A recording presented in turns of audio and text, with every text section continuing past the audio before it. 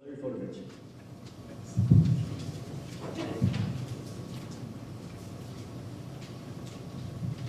Well, my name is Larry Fotovich, and I've been a resident of Gardner for 13 years. Some of you may recall that I ran for mayor 2 years ago and lost by just 4 votes to a then 14-year veteran of Gardner politics. So I think most of you know where I stand on most issues. So perhaps what I didn't do during the last election is tell you a little bit about me and why I think I can lead. I'm originally from Kansas City, Kansas, but my parents moved our family to Olathe in 1971 in search of a new home, better school opportunities, and a small town way of life. Pretty much the same reason my wife and I moved our family here in 1998. I was the last graduating class of just plain Olathe High School and attended Johnson County Community College for 2 years before graduating from the University of Kansas with a Bachelor of Science degree in journalism.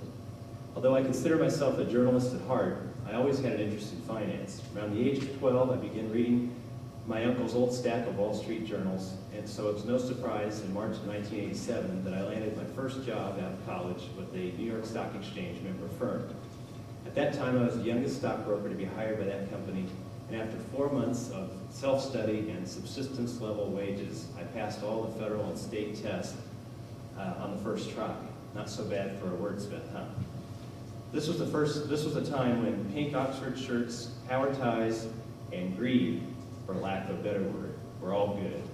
I had a new car with personalized license plates that read Wall Street, no college debt, and a new girlfriend who would eventually become my wife. Life was good. 3 months later, on October 19, 1987, the Dow Jones Industrial Average fell 508 points, which remains to this day the greatest one-day percentage loss in all of Wall Street's history. My clients were wiped out, both of them.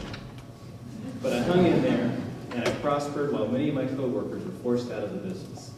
As my disposable income grew, I found a new way to dispose of it. I started taking flying lessons. One day, I was diligently reading the Wall Street Journal before the market opened, and I noticed a 1-column by 3-inch article about how the Navy, Marine Corps, and Air Force would be almost 2,000 pilots short by the end of fiscal year 1989. I passed all the tests, assembled my application with a letter of recommendation from a client who was a former retired admiral, and within 6 months I was on my way to Pensacola, Florida to attend the Navy's Aviation Officer Candidate School, which was made famous in the movie An Officer and a Gentleman. Timing and luck are everything. Within 9 months of having my head shaved, however, 400 pilots in my flight training class were gathered in a room and told that 200 of us would be returning to civilian life as a result of a massive reduction in force. I made the cut, however, and flew the H-3 Sea King helicopter until 1997. This is the same helicopter that picked up the Apollo astronauts in the 1960s and continues to fly the president around with the call sign Marine One.